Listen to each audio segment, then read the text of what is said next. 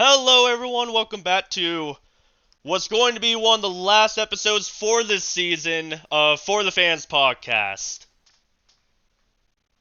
It's been building up a lot to this, huh, Shane? We got the Super Bowl this Sunday. It's gonna be pretty exciting. It is Super Bowl Sunday. I am both happy and both kind of sad.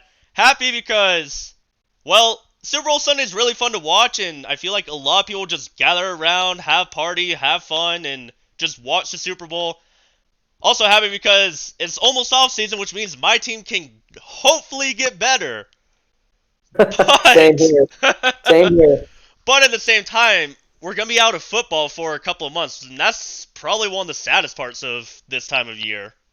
Absolutely. And as a reminder to those who are watching, because of that, Shane and I have made the decision that during the off season, even though there will be, important discussions regarding the draft and free agency and any big off season news that we catch, we will only be reporting every other week. So think of it this way: we'll have this episode tonight, and then we will be reporting on the Super Bowl next Wednesday. But the following Wednesday will be our first week where we will not be broadcasting, and then the week after is when we'll come back. Yeah, so for everyone, I'm just pulling up a calendar just because I know that I'm a calendar person. I need to be able to see as that day. So we have tonight's episode, which is pre-Super Bowl. We have February 5th, which is next Wednesday. That's post-Super Bowl reactions, kind of like what we thought of this Super Bowl overall. And then February 12th, the week of Valentine's Day, there will be no podcast and we'll be alternating every other week from February 5th forward. Yep, that's it. That's the plan. But yeah, I mean, Super Bowl Sunday is finally here. We're finally at the very end of the line, but I think before we go too far into discussing the Super Bowl, we want to start out with a few things real quick. Yeah, definitely. The first thing that we definitely feel like we need to talk about is something that Shane and I discussed. We feel like should be brought up with this podcast, and I'm sure people will probably know where this is going, even though this is a football podcast. I think we need to mention the tragedy that occurred on Sunday that resulted in the death of NBA legend Kobe Bryant and his 13-year-old daughter Gianna and the 7 other people who also died. Some of them also athletes, I believe. There were quite a few important people. I think there was even like one family where it was a family of 3. It was a dad, the wife, and a daughter on the helicopter with Kobe and Gianna, and all of them lost their lives. And we don't want to overshadow everyone else because of Kobe, but the main reason we're highlighting Kobe is because he's not a football athlete, but he is a basketball athlete, which we've talked about before on this podcast on how we eventually plan on spreading out into other sports, one particular being the NBA. And he wasn't just a NBA legend, he is a sports legend. Like when people think of sports, they think of greats. They think of Kobe Bryant, they think of LeBron James, they think of Michael Jordan, they think of Tiger Woods for golf. They think of Dan Marino. We have all these names that are just so synonymous with sports, and we lost a really good one this past Sunday, and it's very heartbreaking to kind of sit back and kind of be real with you guys for a moment about just the devastating situation of what has happened this past Sunday. Yeah. Shane, did I cut out for a little bit of that? I don't believe so, but you could have. Okay, because I just heard my mic do something weird, and then I heard you talking, and I was wondering if I cut out. No, you're fine. We were just talking about this tragic helicopter crash, but Yeah, definitely. I mean, here's the thing: is again, even in our case, Shane, we talk about football here, but you're a Miami Heat fan. I'm a Portland Trailblazers fan, and ever since marrying my wife, I've also gained a great affinity for the Utah Jazz. We love sports in general, and that's how a lot of people are, and that's why they're kind of taking this so hard that some legend, as you said, like Kobe Bryant. I mean, the guy, top 5 scorer, most valuable player in 2008, 2-time Finals MVP. made the All-NBA team and the NBA All-Defensive Team several times, 18-time All-Star, and the guy even has an Oscar for Best Short Film. I mean, all those things just to attribute to how great of an athlete Kobe Bryant was, and the fact that he was taken so soon and so suddenly. I think that's something that we just need to mention here. And maybe the biggest message of it all is those people that you love, never take them for granted. Remember to, just always just, show that love to them, because you never know when they might be gone. Yeah, I mean, I know that when I found out on the news about it, I immediately told my wife, I'm like, you probably don't know who this is because you're not the biggest fan of sports. But like she recognized the name because, when everybody like ever shot anything like it was a basketball, they always yelled Kobe. So she knew of that at least, and she doesn't even watch sports. So for me, it kind of was more of a reality check of I need to take a step back on my life. I need to look at the people around me and make sure that the ones I care about know that I truly do care about them. And ju- basically, it was kind of like a coming to Jesus moment where I think everybody just all kind of stopped what they were doing to kind of let everybody know that they do care about each other. Definitely. I couldn't have said it better myself. I think if anything, even if Kobe were here wanting anything from us as a society to reflect on after his death, it would be to hold the ones that you love close and to have that same determination that he always did on the court. That Mamba mentality, that feeling of you got to push, you can't quit. You've just got to keep doing the next big thing. You've got, you really have to give it your all. And, I think that's something that we just felt like we needed to talk about tonight, even though this is a football podcast, but definitely showing, a little bit of a tribute and giving our thanks and thinking about Kobe Bryant and his family and the families of those who also lost loved ones in the helicopter accident at this time.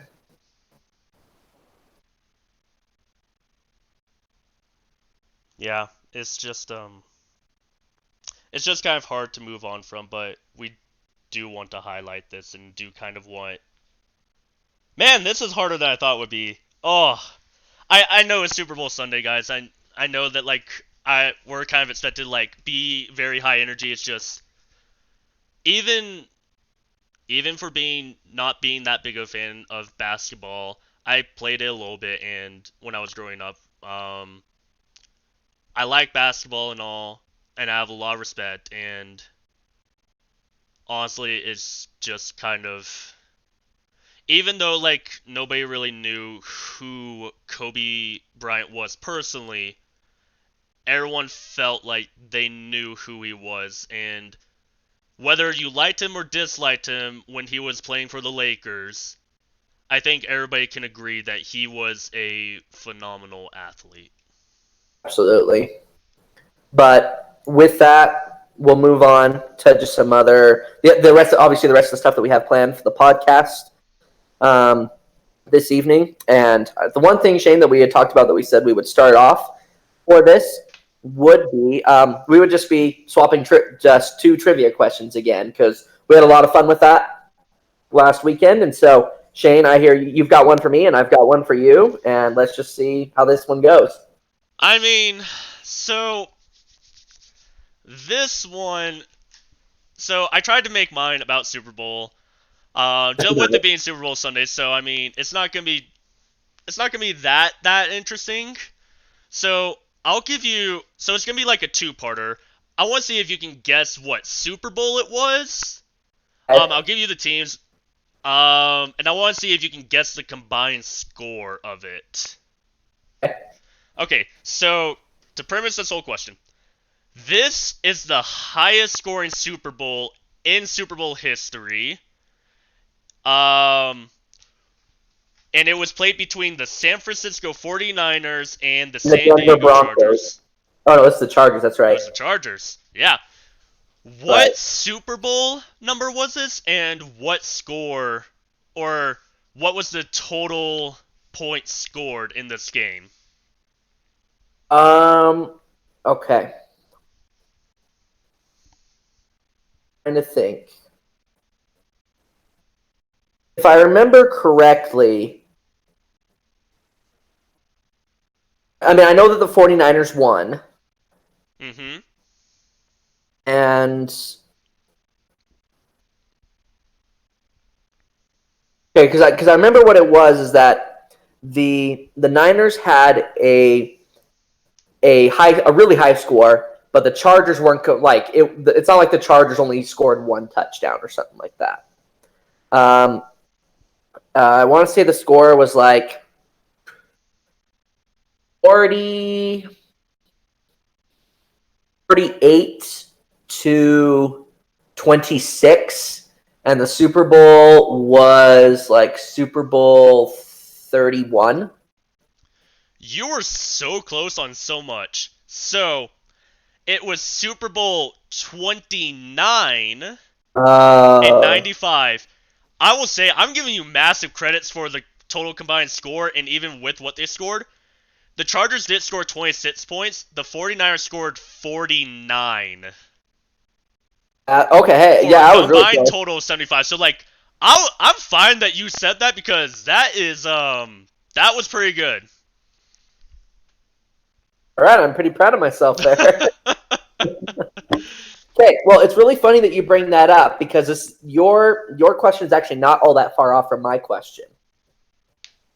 My question is what was the most lopsided Super Bowl of all time? Like, what was the final score between these two teams? Now, I will tell you the two teams. Okay. And I will tell you the Super Bowl. I just need you to give me what you think the score was. Okay. It was Super Bowl 24, and it was between the San Francisco 49ers and the Denver Broncos. Oh, crap. I think I remember reading about this earlier, too. Because wasn't this like... Oh, I want to say that the 49ers scored like... Oh, what was it? Oh, I feel like the 49ers scored like 50 something?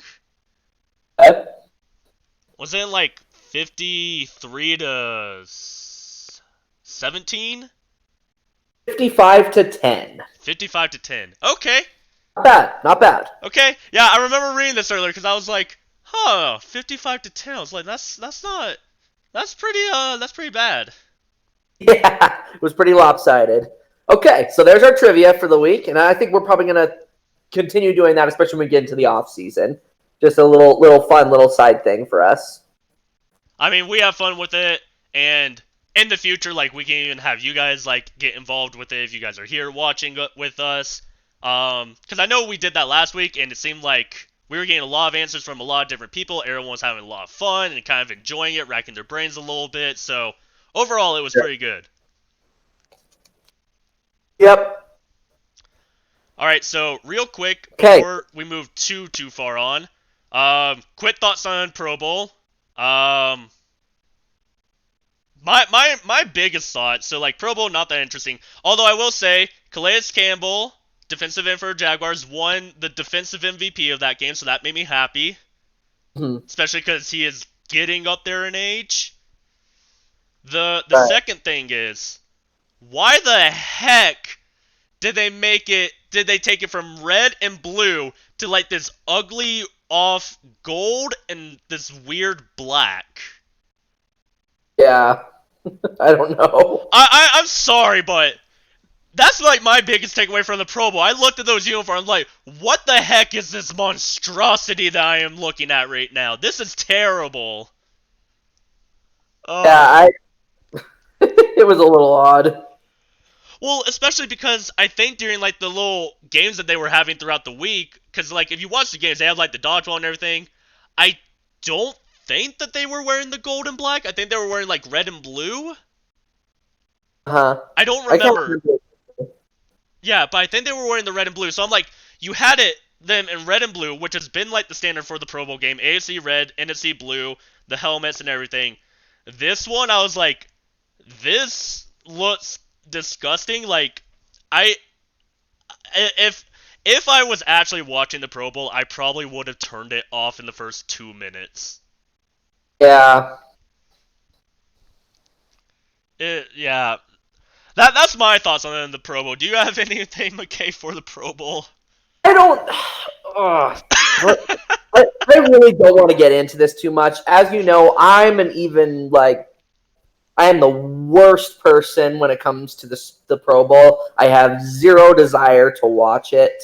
I don't know what it is. I enjoyed watching the skills challenge. In fact, I really loved the quarterback challenge that they had between the AFC and the NFC, and I loved dodgeball. Which, by the way, I don't know if any of you who watch dodgeball, Jarvis Landry, dang, Whew.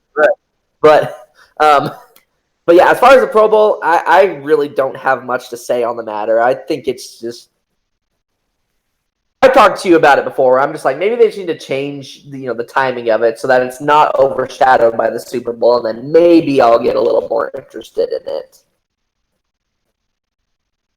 Yeah, I mean, for me, it wasn't all bad for me because as a Jaguar fan, we went from having one person in it to having three. So I was like, I got three people in it. They all contributed a ton. Like we had our rookie Josh Allen, he made it, and he got a sack or two in there and made some good big plays. We had DJ Chark come in. He had 2 catches for like 60 plus yards, and I was like, this shows that we are actually having good people on my team. Hurrah! Uh, yeah, I know that the Bears had three. They technically had 4 players, but Khalil Mack decided not to play in the Pro Bowl due to injury. But yeah, I think it's a fun little thing every now and then, and I enjoy the stuff that leads up to the before the game. But I think what's really more exciting in itself is the looming upcoming event of the Super Bowl. Yeah, I think everything's just going to fall apart, and that's what we're going to talk about today. We're going to talk about Super Bowl. You think we spent enough time talking about the Pro Bowl?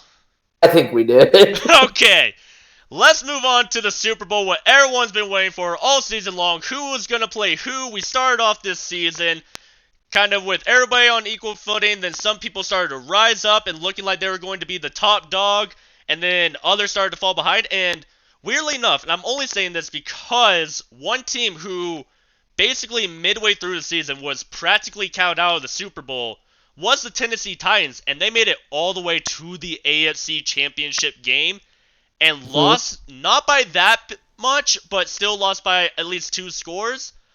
All in all, I gotta say, this season has been a pretty interesting one to watch overall. Well, and you talked about the Tennessee Titans. I think an even bigger one that we were kind of like, wait, they're not going to the Super Bowl, was the Baltimore Ravens. Yeah, that's the other one I was gonna bring up. It's like the Ravens look like the dominant powerhouse, the main contender in the AFC. Like I think everybody going into the playoffs was like, "Oh, yeah, the Ravens got the AFC on lockdown. They're going to the Super Bowl," and then they got knocked out. Mm-hmm. Oh, that still feels weird. By the Tennessee Titans too. I mean, let's put that into perspective. Tennessee Titans who came in on a wild card, who were abysmal until they got Ryan Tannehill. Tannehill comes in. The Titans start lighting things up, start putting a fire underneath them. They make it into the playoffs just barely with the wild card. Beat the New England Patriots, the defending Super Bowl champions for Super Bowl 53. Move on to the Ravens, who were looked at as the powerhouse of the AFC, the number one contender, the people everyone thought was going to win it all. Beat them, and then just lost to the Kansas City Chiefs. I mean, we don't see much of that. Last time we really saw something like that was the Packers in 2010, or the 2 times the Giants won the Super Bowl. all I gotta say though is that the Titans showed up this season. I would definitely agree, but they're not in the Super Bowl. That's true, which I am so happy about that. Don't get me wrong, I just don't like the Titans. I understand, though. I'm the same way. I'm happy the Packers aren't in the Super Bowl. But anyway, let's talk about the 2 teams that are in. We've got the Kansas City Chiefs as the AFC champions and the San Francisco 49ers as the NFC champions. And Shane, I will say this as far as we talked about teams that were unexpected. The San Francisco 49ers were awful last season. And for them to come full circle and now be at the Super Bowl competing for their 6th Super Bowl ring, that's pretty impressive. I mean, you can't take anything away from the 49ers. the biggest thing I would say is that when looking at, yes, the 49ers were the worst team last season, then this season, they do a complete 180, turn everything around, and became the number one seed in the NFC, and are now playing in the Super Bowl 54 for their sixth Super Bowl ring. I mean, let's give them some credit as well to have made that big of a change and that big of an adjustment from last season to this season. Absolutely. And, something that we were talking about involving the Super Bowl, which we wanted to discuss tonight, is what is at stake for each team. You and I have kind of just discussed just now what is at stake for the Niners, in the perspective of they are going for their sixth Super Bowl ring. The only other teams that have 6 Super Bowl rings are the New England Patriots and the Pittsburgh Steelers. So this is kind of a big moment for the 49ers to really just, again, put themselves up there, be in this solid contention for getting another Super Bowl ring. Because it's been a while for the 49ers since they won their last Super Bowl.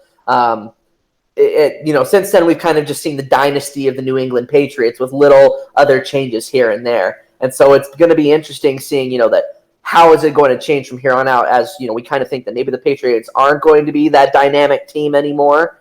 And we're saying, okay, who's going to take over as the next big team in the NFL? And I think that these two teams who are competing in the Super Bowl could very well possibly be those two teams. I mean, if I had to throw in another team into the mix, because, Chiefs with Patrick Mahomes, he has been a blessing for this Chiefs team. He has given their offense life. He is able to do so many things. He's basically able to do everything that they could have hoped for in their starting quarterback. So Chiefs are definitely I would say the next big team. They're a next big team. 49ers. We've seen that. We talked about that. The only other team that I say that rivals them, at least from right now, is the Baltimore Ravens. Yeah, I think you present a good point. But we'll just have to see. I think, because the Ravens obviously can show their prowess when it comes to the regular season. I'm just hoping that, this isn't turning out to be this case of, okay, the Ravens do great during the regular season, but choke in the postseason. And we've seen that with many teams before. Definitely. I'm not going to say they choked, but the New Orleans Saints, really, really good. Still really good. Are not great in the postseason for X amount of reasons. Partly on them, partly on other reasons that we will not get into. Yeah, for sure. I think something. So again, going on with what we were saying here, we want to talk a little bit about what's at stake for both the Chiefs and the Niners. One thing that I want to go on first, Shane, is what's at stake for the two coaches? Because I feel like that's kind of the big thing right now. What's at stake for the Chiefs coach, for Andy Reid, is the fact that this is going to determine really where his legacy will fit in as far as NFL coaches go. He's only been to the Super Bowl once, and that was with the Philadelphia Eagles. And since then, he's been trying to get back there. And, he's really shown that he can be a really innovative, offensive-minded coach, but he doesn't have a Super Bowl win. So that's at stake for him. As for Kyle Shanahan, sure, he's a very able-minded head coach. We've seen that with how well the Niners have played this year. But I think something that is looming over his head is the fact that he was the offensive coordinator to the Atlanta Falcons when they suffered that awful Super Bowl to the New England Patriots. Exactly. Oof. I've even seen jokes about that where just to poke a little fun at Jimmy G, where he was talking to Kyle Shanahan. In the joke, it was like, he's like, "Oh, don't worry, coach. Like, we're gonna leave." He's like, "Don't worry, coach. Like, we have nothing to worry about." And Kyle Shanahan's like, "Listen, Matt Ryan told me the same thing when we played the Patriots in the Super Bowl, and look what happened there." It was mainly in perspective of why the 49ers did nothing but run the ball against the Green Bay Packers. Which obviously worked in that regard. Yeah, I'd say the coaches do have a lot riding on this Super Bowl. They are both chasing that Super Bowl ring. I mean, who does not want a Super Bowl ring? Every single player wants that ring, wants to be able to hold up the trophy, and to be able to walk home saying that they were the best team of the season. All I can say is that it's going to be an interesting game to watch. It's hard because I like both teams. I don't know who I want to root for. They both have so much riding on it. Both of them have great stories behind on why you should root for them or why you would want them to win. I agree. Let me ask you this: we've talked about this before, which I'll just go over really quickly. We've talked about how the biggest strength of the Chiefs is obviously their offense with Patrick Mahomes and the amount of receivers that he has to throw to. We've talked about the biggest strength of the 49ers is obviously that super solid defense, and you have all of these really talented backs that can run the ball and just plow through defenders. What do you think is going to be the biggest challenge for the Chiefs, and what do you think is going to be the biggest challenge for the 49ers going into the Super Bowl?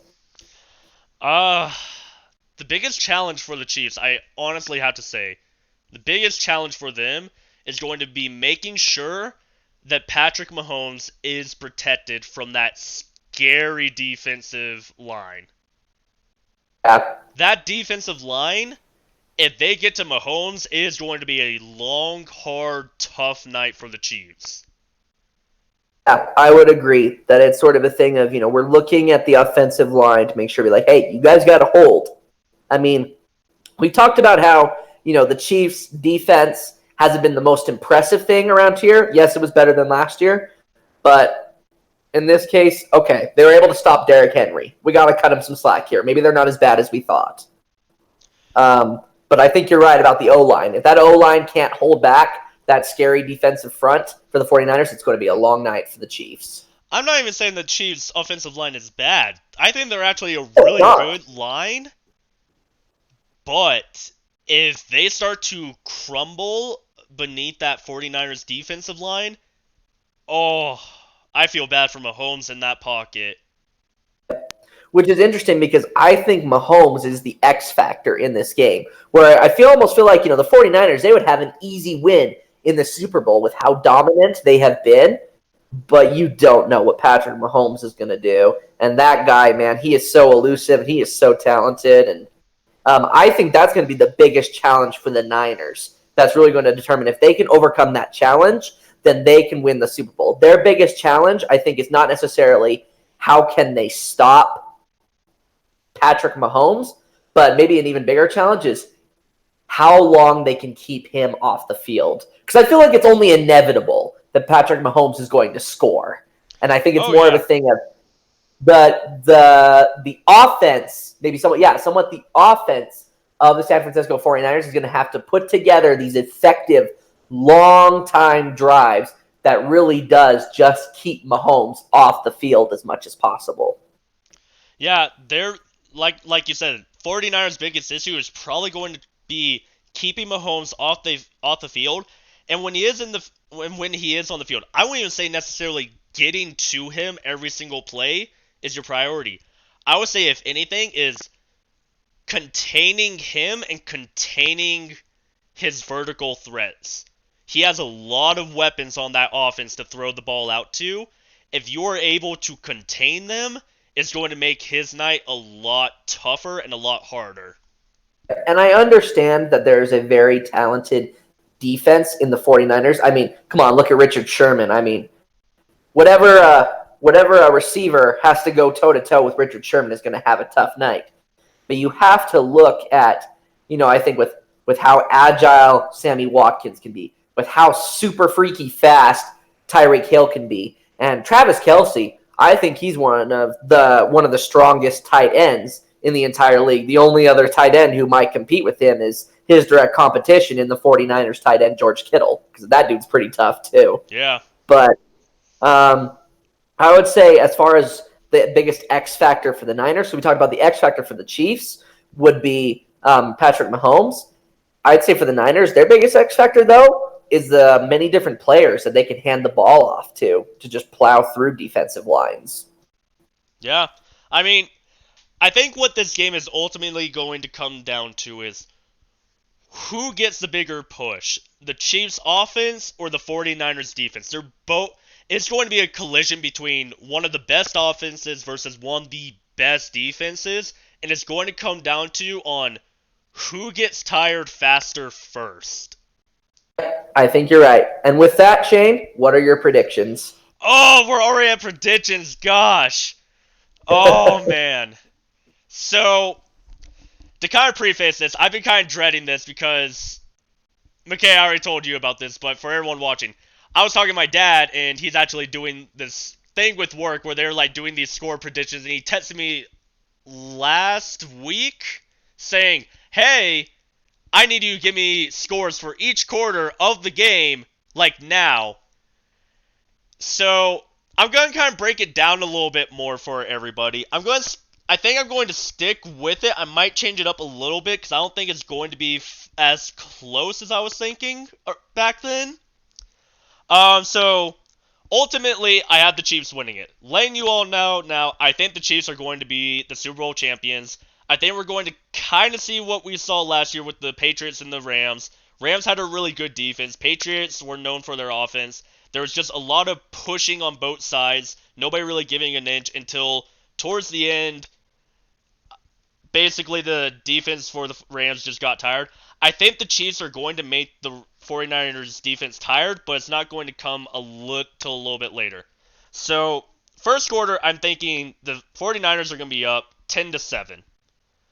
Second quarter, I'm actually going to change what I was originally thinking with my dad.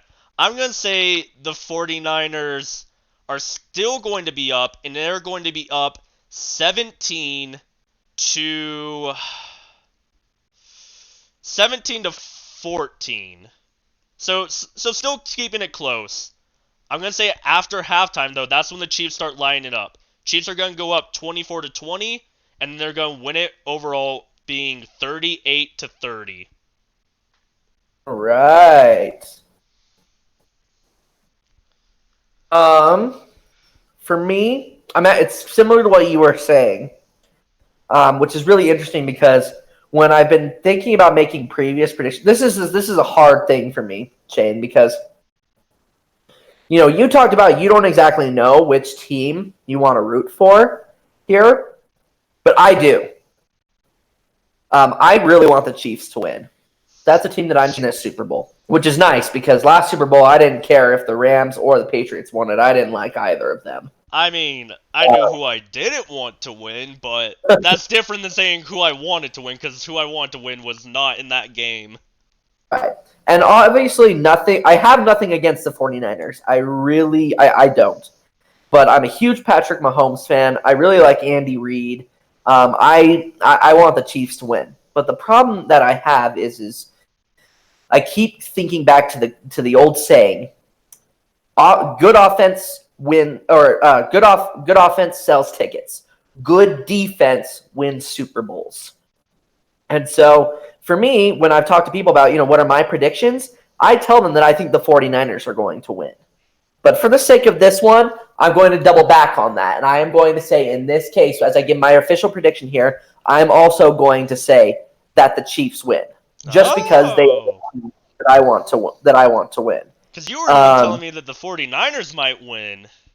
And you know what? If the 49ers do win, I wouldn't be surprised. But I think what's going to determine that is how long that 49ers defense can last. Because I feel like what the 49ers are able to do to the Packers, which is handing the ball off and running it, the Chiefs, they've played that trick now. The Chiefs are going to be like, okay, we're not going to fall for that. They know how to prepare. They know what to expect. So I feel like Kyle Shanahan's going to have to come up with some other little tricky way to really get this thing going. And I feel like the biggest thing is because of how talented Patrick Mahomes is, and because of the fact that he doesn't have only one receiver to throw to, because Aaron Rodgers really didn't have a ton of options. Patrick Mahomes does. So with that, I'll say when it comes to the first quarter, it's going to go the same way it has been for most of the big games for the Chiefs this year. At the end of the first quarter, the score is going to be what did I think? What did I say? 14-3. The 49ers will have 2 touchdowns. The Chiefs will only be able to get a field goal out of it. Okay, so similar with mine, but you're thinking the 49ers can do a little bit more on offense. Okay. Halftime, the Chiefs will be able to at least have 1 touchdown in. So their score will be 10. The 49ers will have tacked on another touchdown to that. So at halftime, the score will be 21-10. Okay, I'm with you so far. Halftime rolls over. Yep, halftime rolls over, but then after that point, what's going to happen is what happens with all the Chiefs games against the Texans, against the Titans. All of a sudden, in that third quarter, the Chiefs kick it into gear. And so what I'm expecting is about at the end of the third quarter when things start to ramp up, it's still going to be a little bit close, but now at this point, the Chiefs will have the lead. I'm going to say that the 49ers actually go scoreless in the third quarter. So what the score will be is 24-21 in the third quarter. And then the final score at the very end will be Chiefs win it. And let me think what I was going to say on this. Final score is 34-28.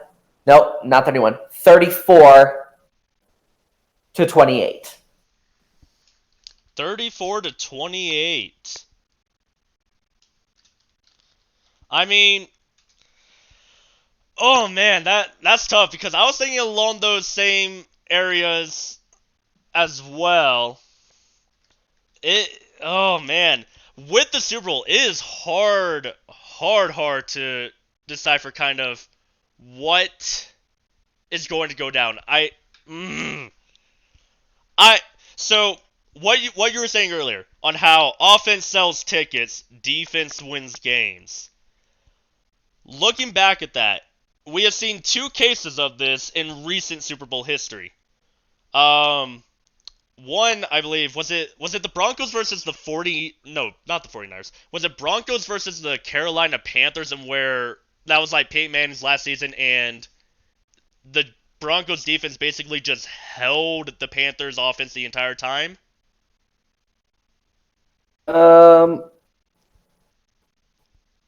I believe so. I can't exactly remember. I think it was because I think that was the last Super Bowl the Broncos won was against the Carolina Panthers, and that's when their defense kind of just lit a fire on everything. So that's an example of when the defense won the game. But on the flip side of that, and this isn't the greatest example because this was not a great Super Bowl to watch, the Patriots versus the Rams. The Rams were notorious for their defense. And for a long time, they held up. But towards the end, the defense got gassed. And the Patriots offense was able to overcome the defense. So, I mean, we've seen matchups like this in the past. It's going to come down to who has this harder push. And whoever gets that harder push is going to win the game overall. Yeah, exactly. I think the other one that you're thinking of too is the Broncos and the Seahawks, where the Seahawks had a really strong defense, but the Broncos had a really strong offense, but it was that defense that won that game. Yeah, I mean, because I think even Peyton Manning came out and was even like, guys, that was not a good game for me. Like, that was bad. Like, I did not play good. The defense carried this game forward for us. Yep, I think you're right. But so we have our predictions out of the way now. We've spoken about kind of what we think is going to be happening generally for the Super Bowl. Is there anything else that you're thinking? This is something that you're expecting to have happen during the game. I want to make a few bold statements, but I don't know how accurate they will be come Super Bowl Sunday. I think that someone is going to throw a pick six.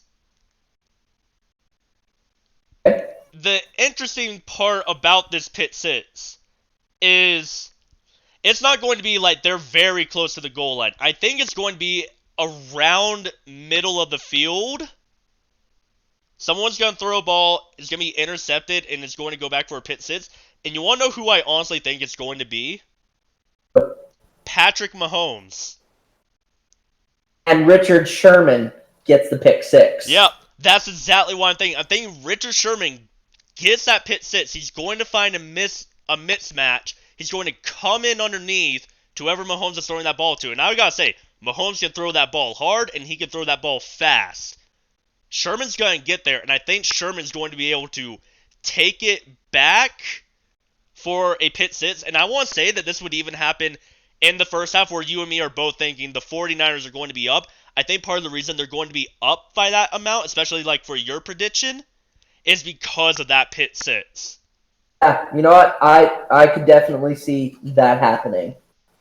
Another thing that I think that I also want to make a prediction on. You've talked about the pick six. Another thing that I think is sort of more on the defensive side that I think will happen. I think Mahomes is going to get sacked 3 times, at least 3 times. You know, that's another one I can see very possible. Garoppolo's not going to get sacked at all. Whoa, okay, hold on. Let's back up a bit. You don't think Jimmy G is going to get hit at all?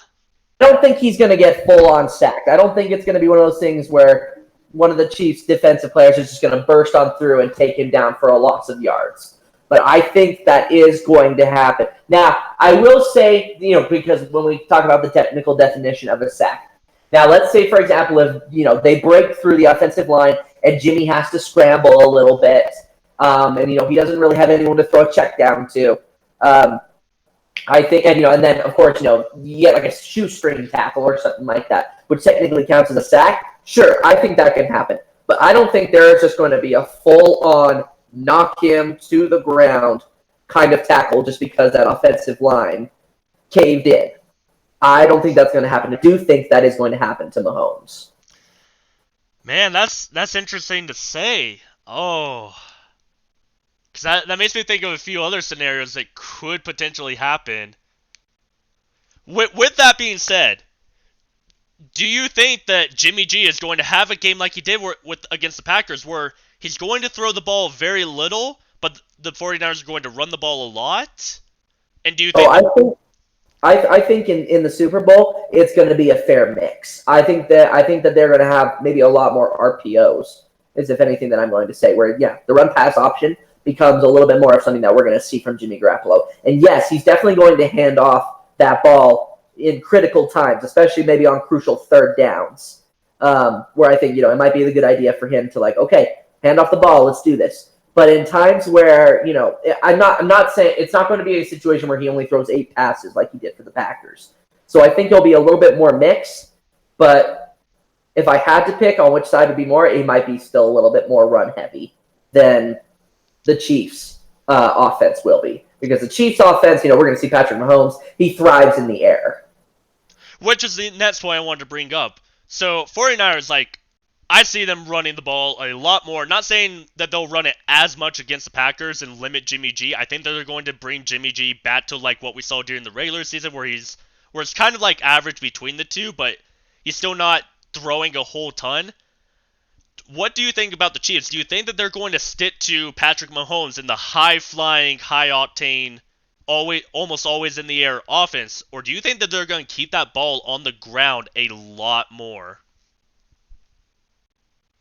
I think that in this case, the ball will not be in the air as much as it is because of those quarterbacks and those safeties that the 49ers have.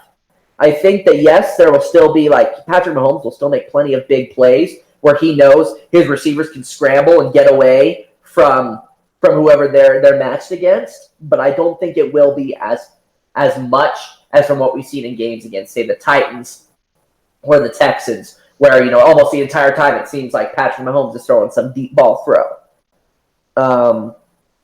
And, come to think about it, another thing, too, that I want to bring up with you, Shane, is as far as another prediction, and you'll have to tell me how you feel about this. I can't necessarily say that I can see the Chiefs doing this, but I will say that at one point,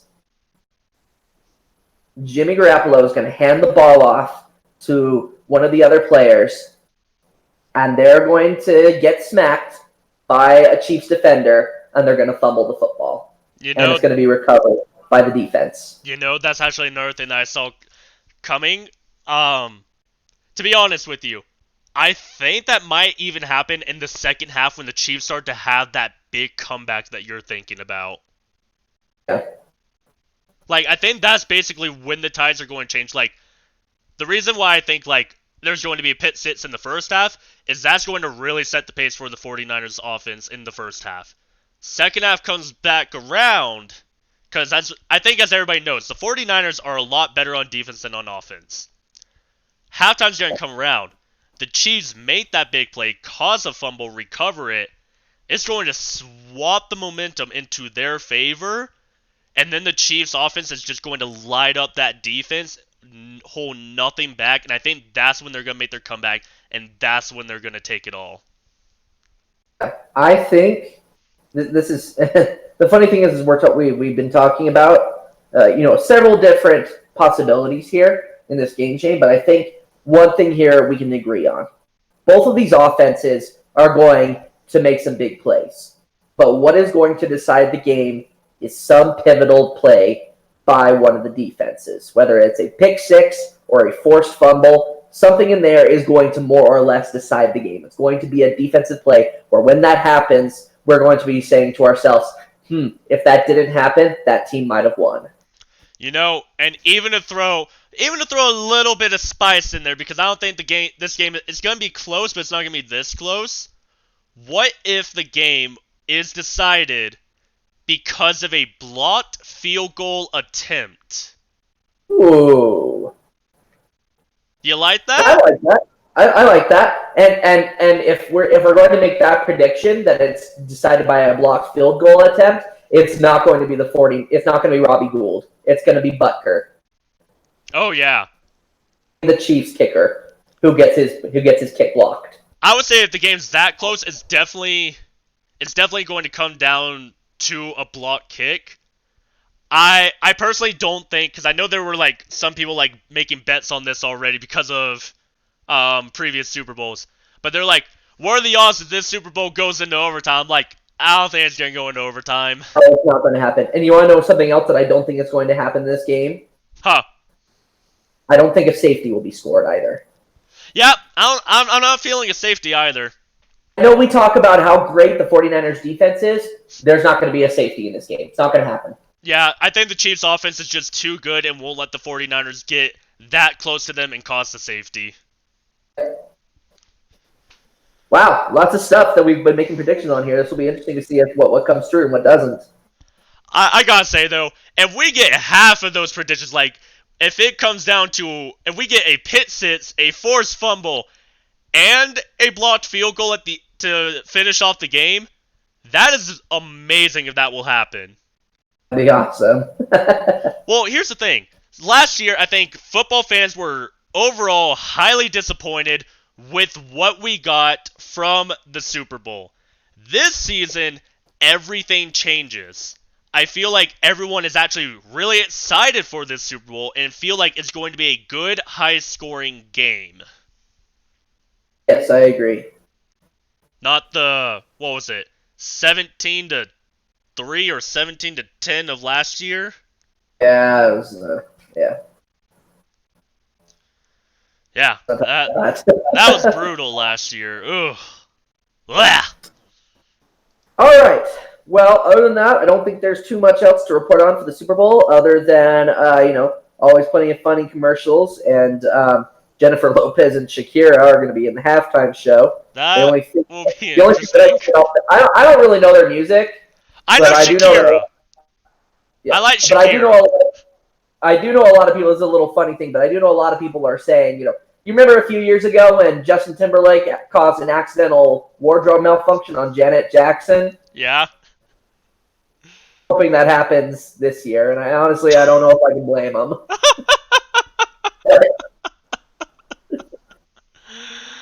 Anyway. Shakira's hips don't lie. Shakira's hips don't lie. Okay. All right, moving on. We're done. We're done. Let's move on. Oh my gosh. Okay, off track.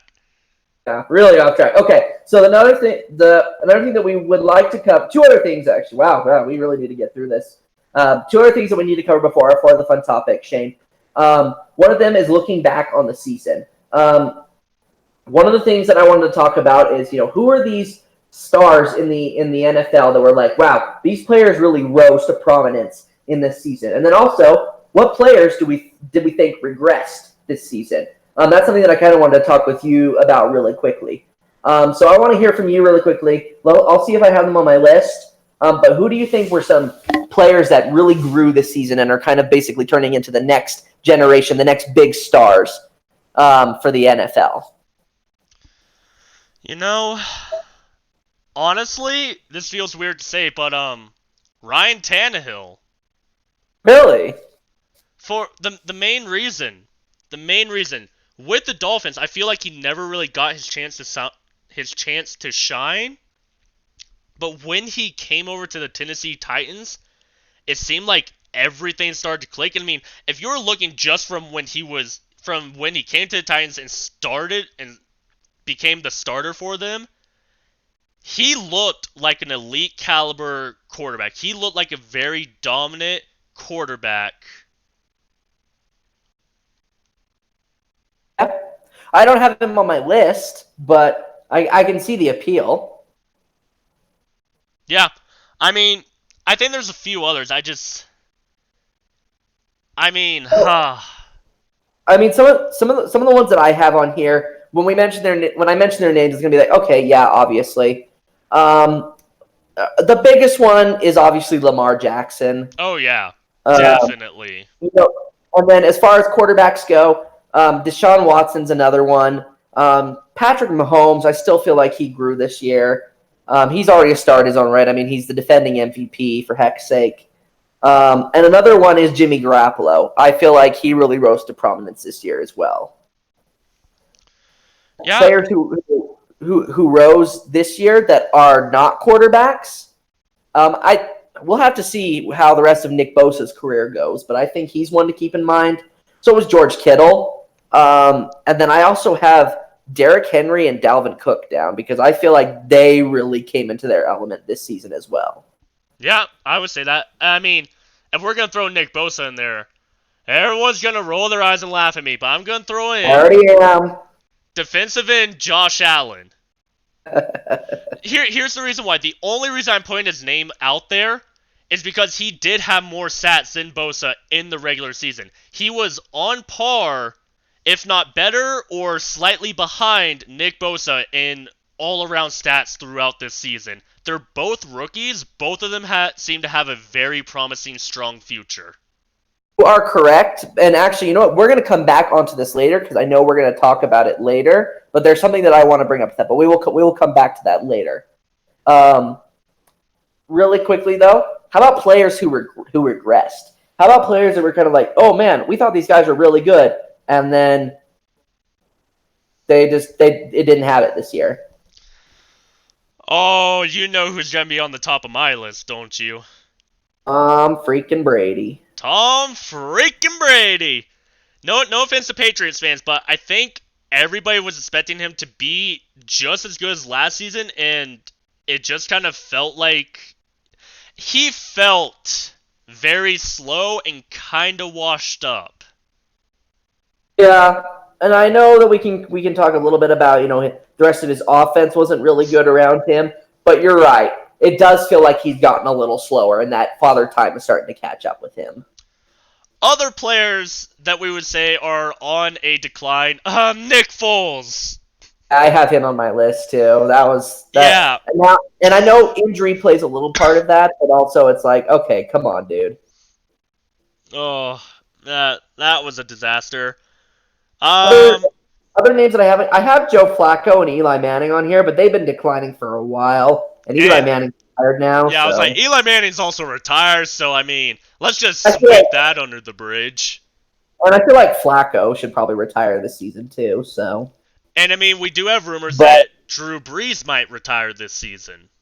He ain't washed up though, man. He ain't washed up. No, I will not say that he is washed up. He is a phenomenal quarterback. I will fight that right now because he is a great quarterback. He's still a great quarterback. He is doing good. Does not appear the Father Time's catching up with him at all. He still has basically everything that I've looked into a quarterback like 6-7 years ago. He slowed down a little bit, but he's still on fire.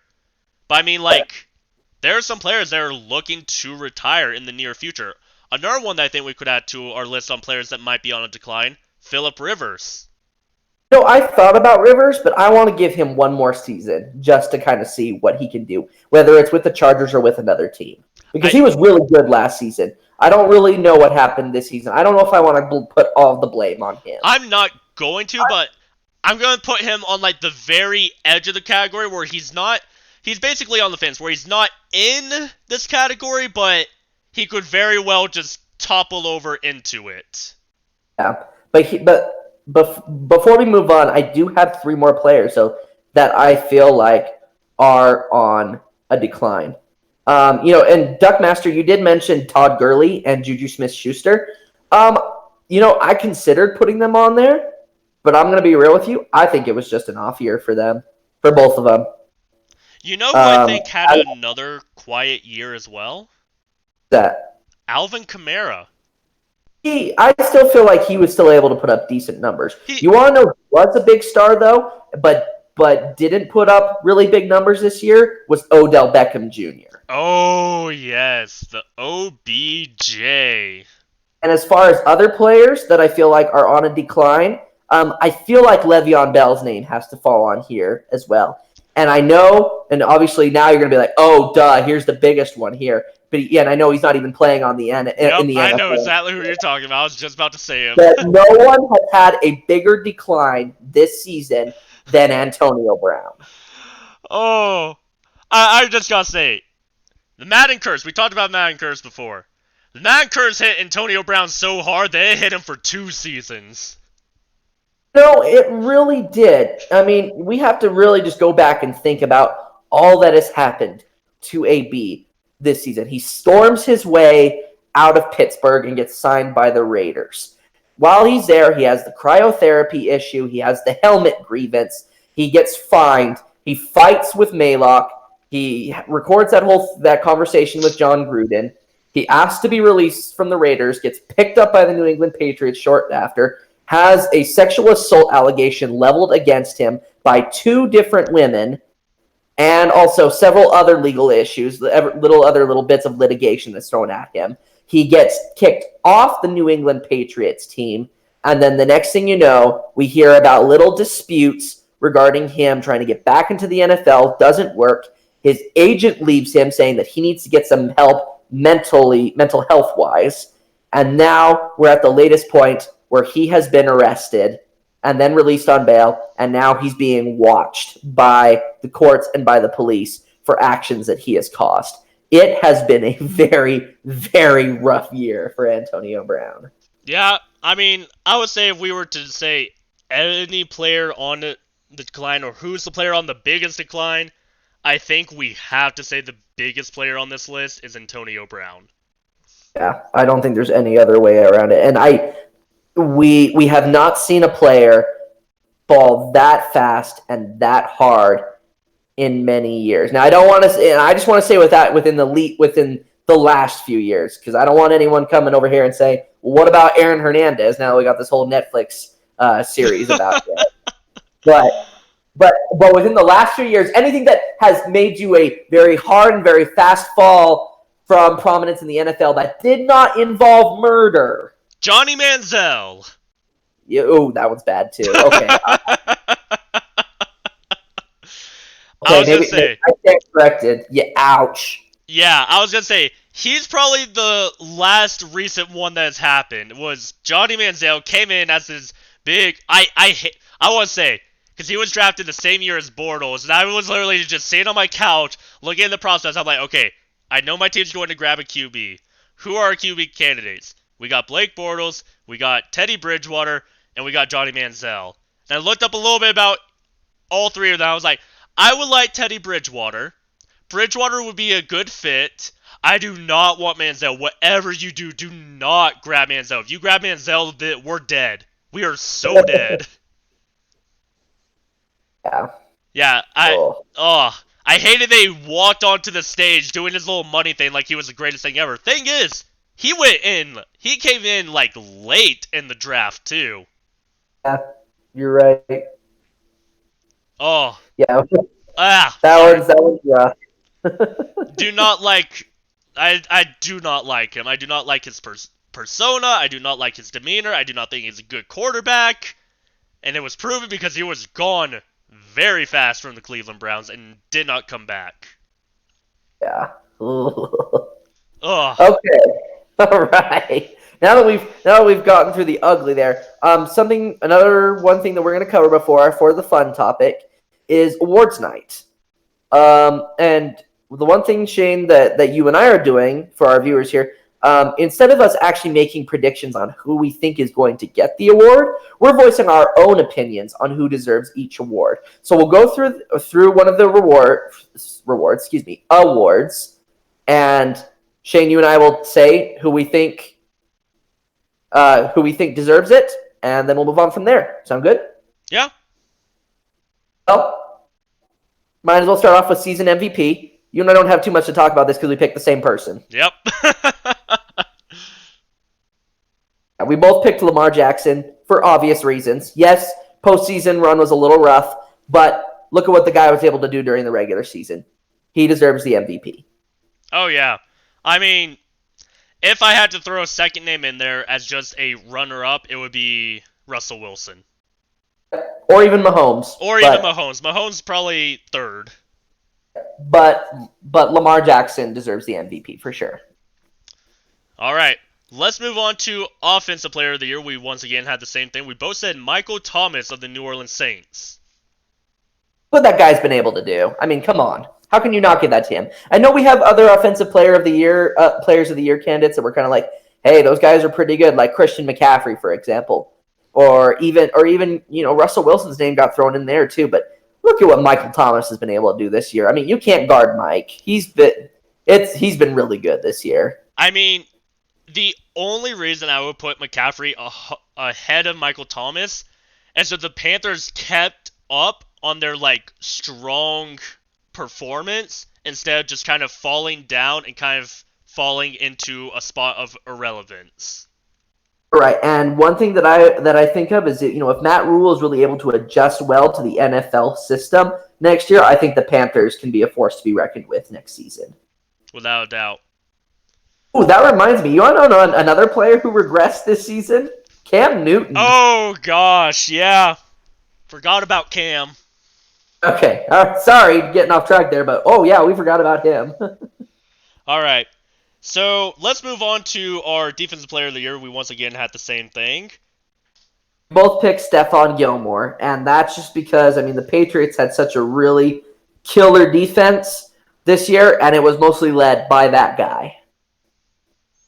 Yeah, man, he did some phenomenal things for that Patriots defense this season. It's hard to give it to somebody else, even though there were really good candidates for this award. I think that he comes out on top with it this year. Yes, absolutely.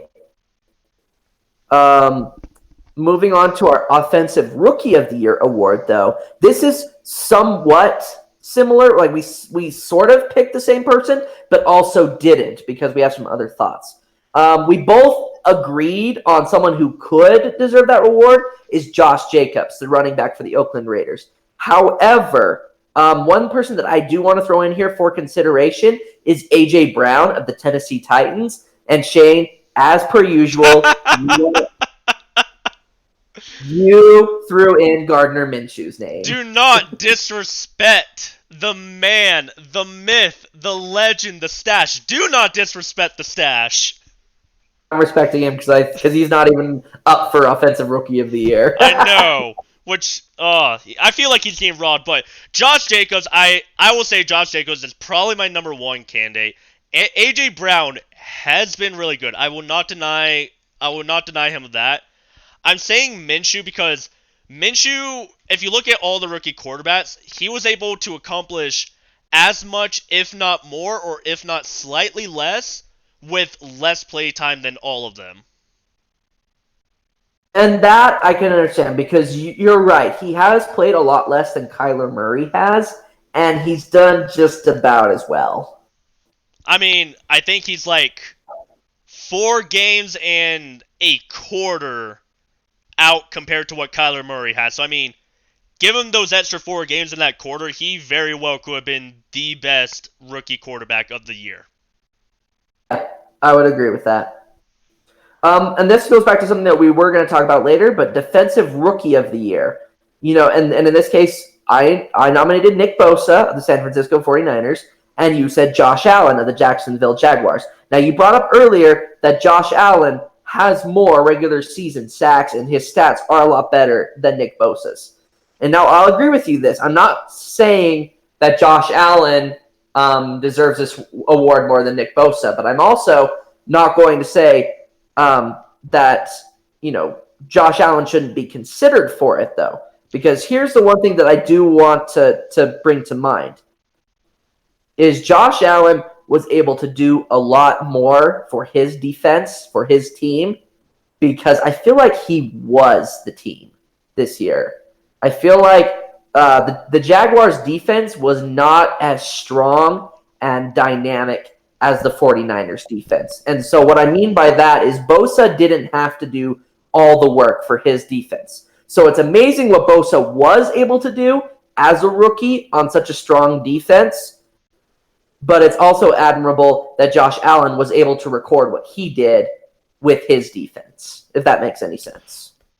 Oh, yeah, I completely agree. Like, if the 49ers did not make it into the playoffs at all, where it literally ended with the 49ers, the Jaguars having, like, the same record of the season, with Bosa and Allen having the same stats that they do now or from the end of the season before playoffs started, I would honestly say this one may need to go to a coin flip, or you would literally have to break down every little thing that these two players did.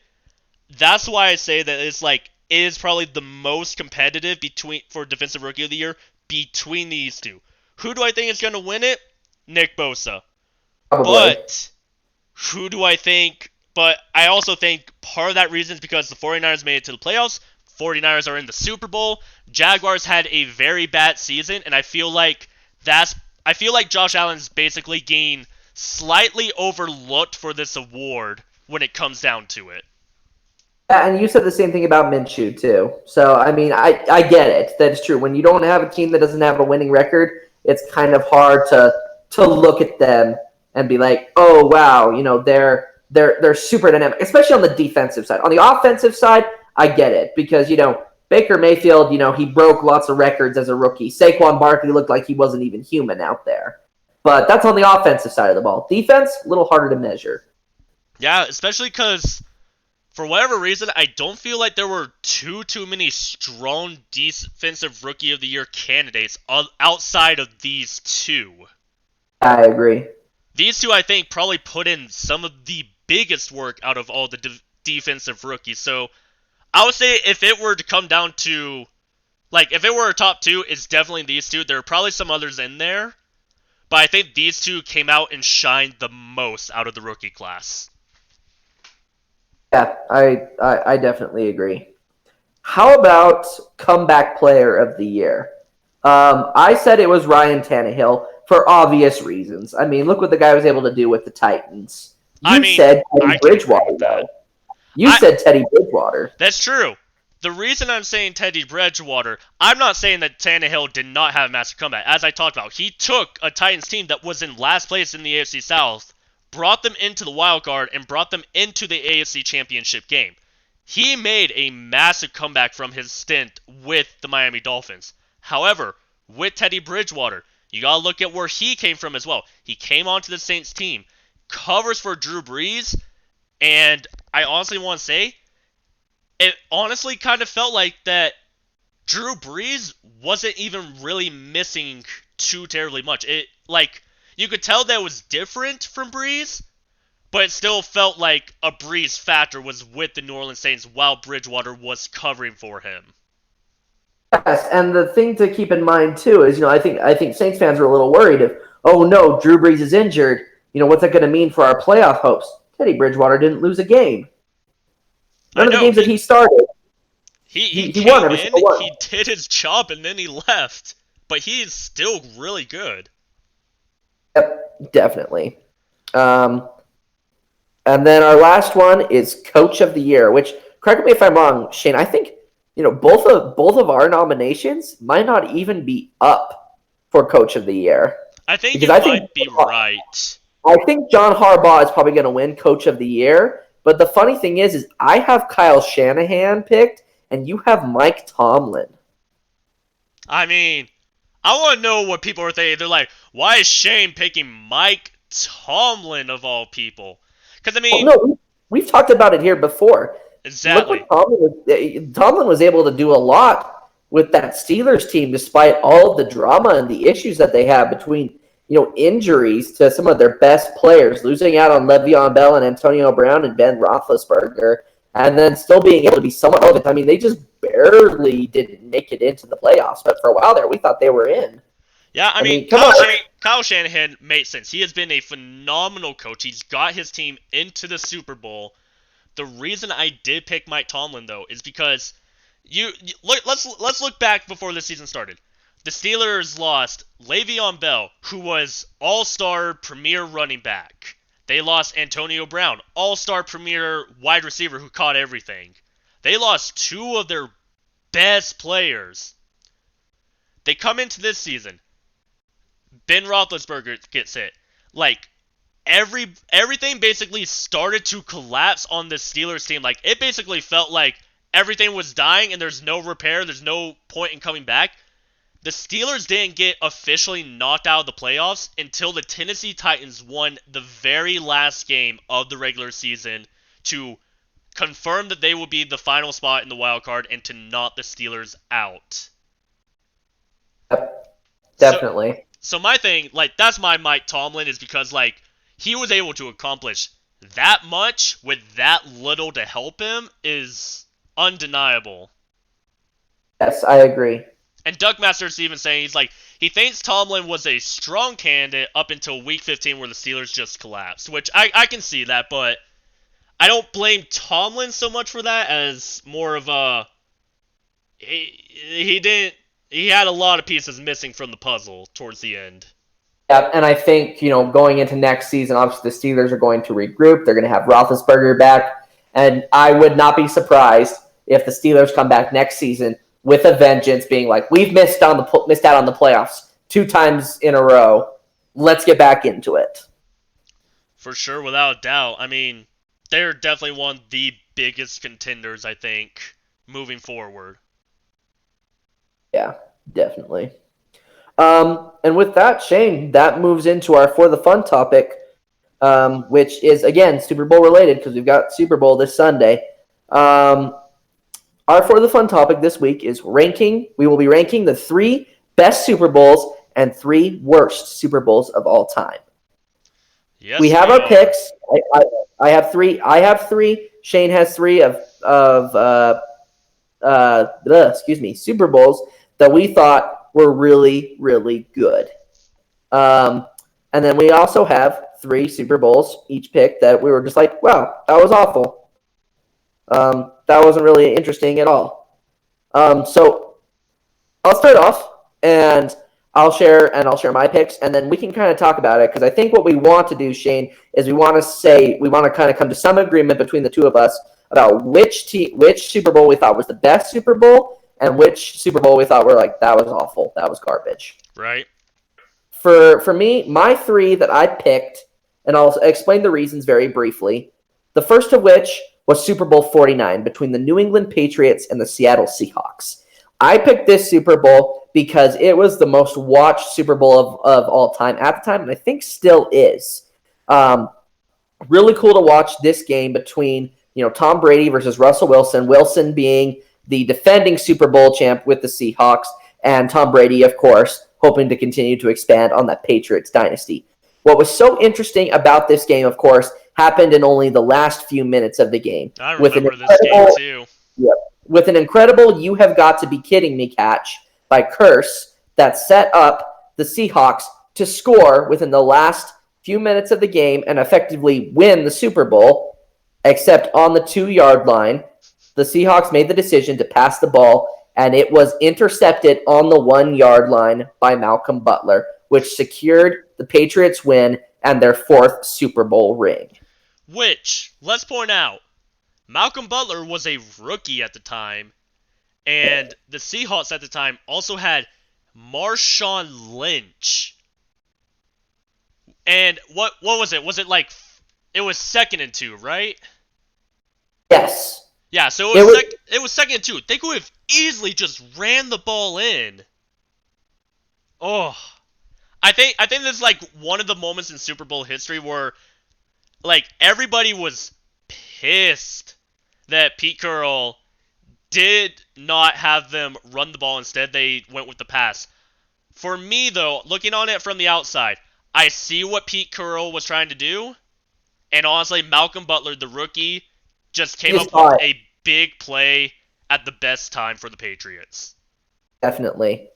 My second, moving on. My second pick that I have is Super Bowl 34 between the St. Louis Rams and the Tennessee Titans. I really only have one specific reason as to why I feel like this is one of the most dynamic Super Bowls of all time, is because of how hotly contested it was all the way down to the wire. And what secured the Rams' win in the Super Bowl is they came up with a defensive stop that put the Titans with the football just 1 yard short of the end zone, which ended the game and gave the Rams the Super Bowl win, their first and only Super Bowl victory. Yeah, okay. And then my third pick was Super Bowl 23 between the San Francisco 49ers and the Cincinnati Bengals. The Bengals had the edge in this game for much of the game. Now, the reason that I say this is one of the best Super Bowls of all time was because of a absolutely genius, perfectly timed, well-mastered offensive drive by San Francisco's 49ers legendary quarterback, Joe Montana, which led to the 49ers scoring a touchdown that gave them the win. I just feel like this is just a historic Super Bowl that people can think of a lot about. Okay, that's why Joe Montana is great. That's why the 49ers are great. And that's why I put it on here. All right. Moving on to my worst Super Bowls of all time. Do you want to go to my best first, or do you want to go with your worst? Oh, actually, let's go to your best Super Bowls first. Let's do that. All right. My best are a lot more recent than yours, because you have Super Bowl going back to Super Bowl 23. Mine are all within the past decade. So, my number one, I put as the New England Patriots versus the Atlanta Falcons in Super Bowl 51. The reason I put this here, this is 28-3. Everybody was assured that the Falcons were win. Like, I'm pretty sure even people were starting to leave the game. They're like, oh yeah, the Falcons won. Like, we won this. It's 28-3. Like, there's no way they're coming back. Like, we got this game. We won. We locked it down. All of a sudden, Patriots come back. They tie it. First Super Bowl in Super Bowl history to go into overtime with the Patriots edging out the Falcons. That's the main reason I'm putting it as my number one, is because we've never had a Super Bowl go into overtime. It felt kind of boring at first because everyone felt like the Falcons had won it.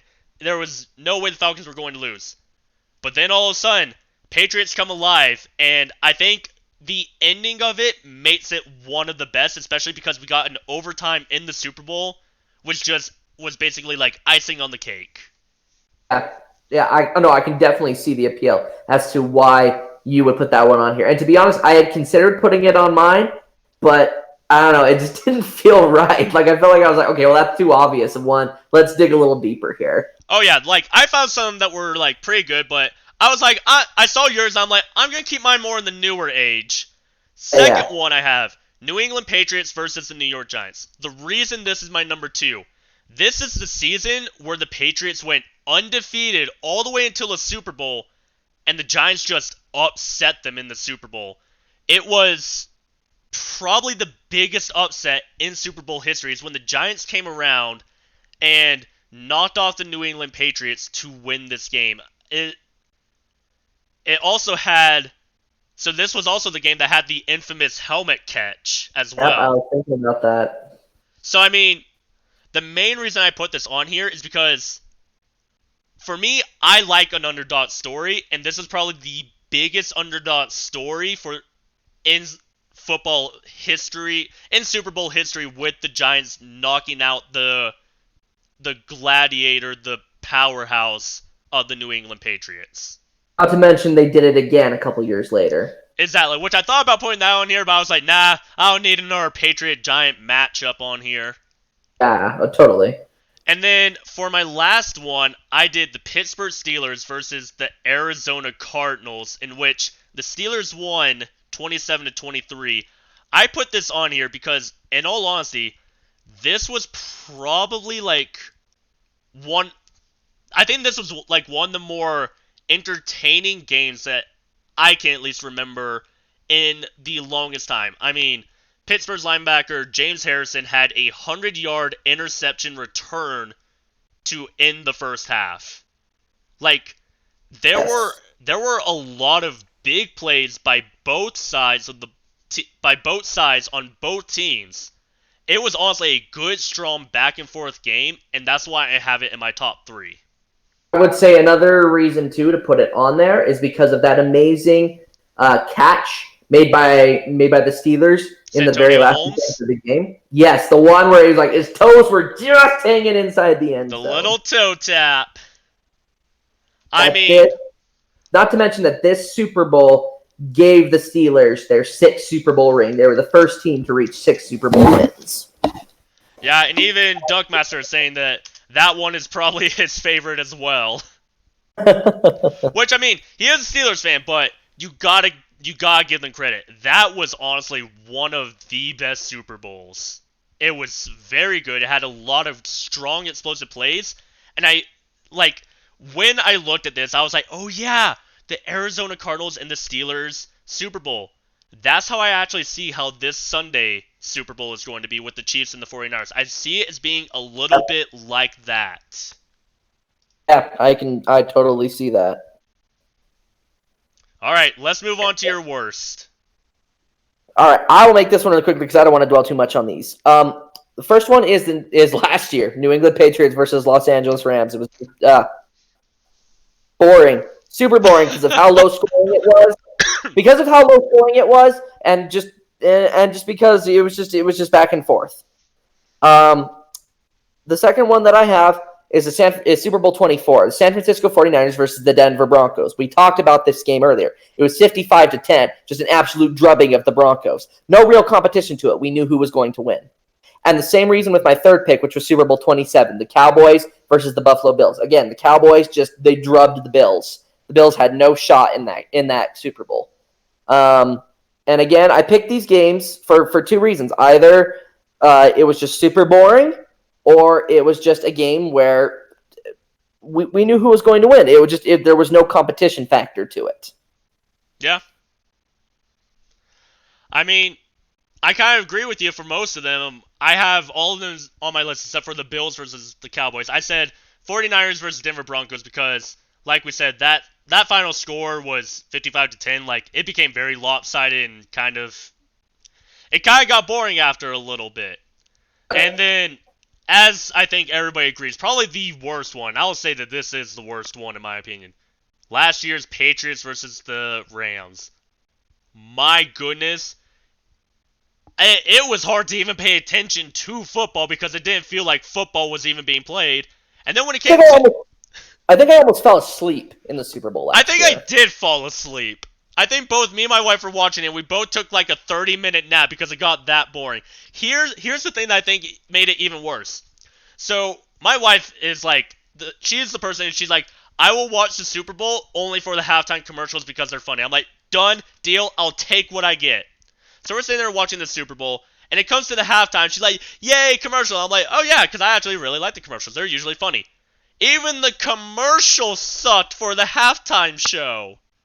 Yeah. I was like, is everything in the Super Bowl just bad? Like, the halftime show is forgettable, the game is forgettable, the commercials are bad. I'm like, why is this on my TV anymore? Yeah, honestly. My last one, though, I will say, is going way, way back. Okay. Super Bowl 6. Yeah, it's a while. It's Dallas Cowboys versus the Miami Dolphins. The final score being 24-3.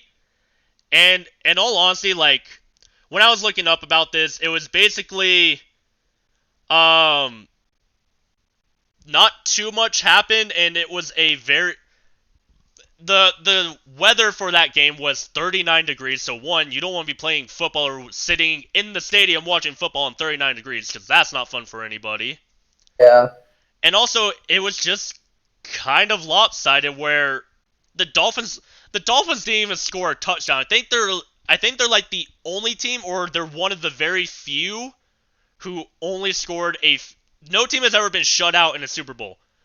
But I think the reason I put them on here is because the Dolphins only scored 3 points, which I think is the lowest any team has scored in a Super Bowl. And Yeah.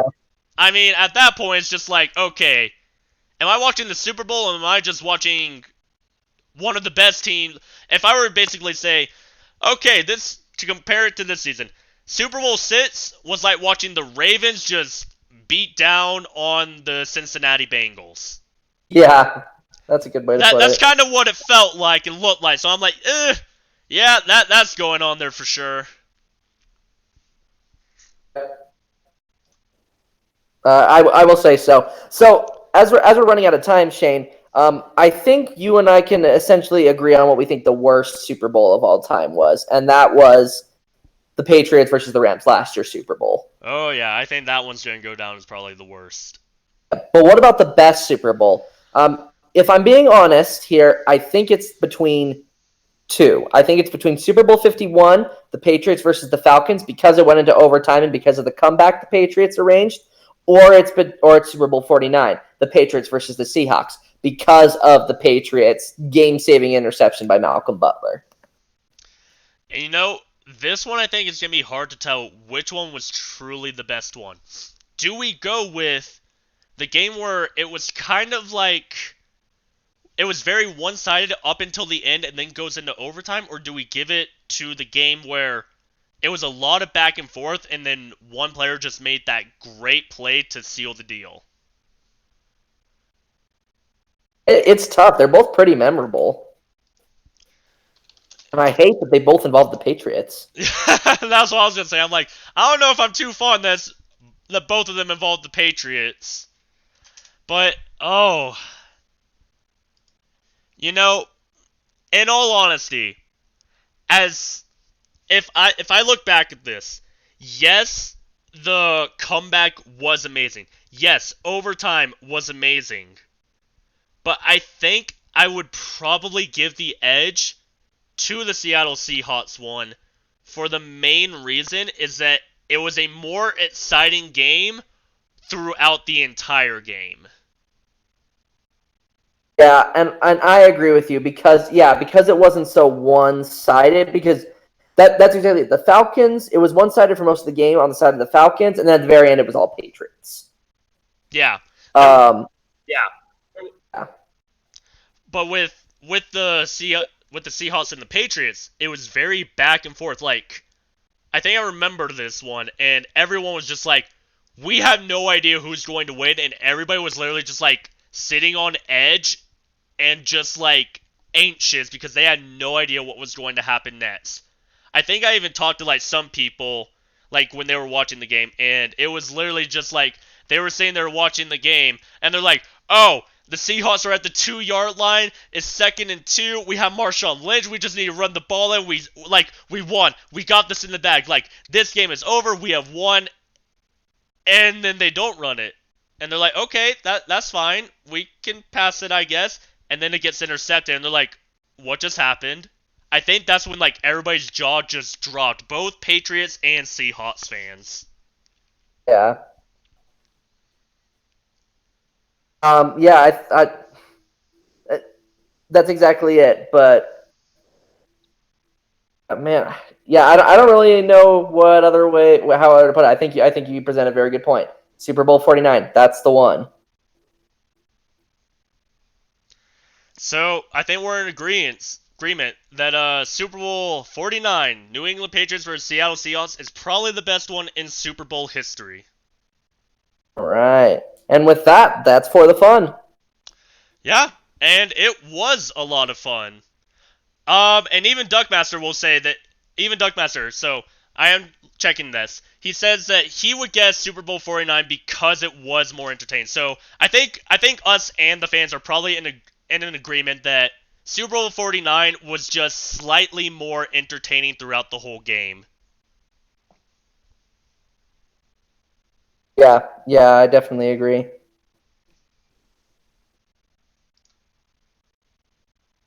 But with that being said, I think that wraps out our for the fun topic. Is there anything else we need to go over before Super Bowl Sunday comes around? I think we've got it all. All right. So everybody, it's been a lot of fun. We definitely do enjoy doing this. It's been a lot of fun this season. I know I'm personally super excited for next season to start this up again in full force with everything that's going to be changing and everything with the teams and everything that's going to be going on. Definitely. Thank you. I mean, and thank you to everyone who has been listening. It's really been a great fun journey, and hopefully we'll have more of the same happening next season. And we do plan on growing a lot more next season. So, like we said before, tell your friends, tell your family, tell anybody that even watches football. Tell them about us and get them in on this fun. I know that a lot of you guys who have come in and contributed, a lot of you guys have had some fun and have made some really, really good comments during this podcast that we have been able to look at. And even we take a step back and we're like, oh man, we did not think about that. That's actually a really good point. We need to put that into consideration, or we need to take this. You guys have a lot of good comments, and the reason this is called For the Fans is because this is by fans. We are fans just like you guys.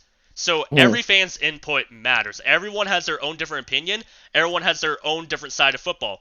We discussed before how I'm a big Jags fan, so I primarily pay attention to Jags fan, but I do pay attention to everything around the NFL as well. McKay's a really big Bears fan.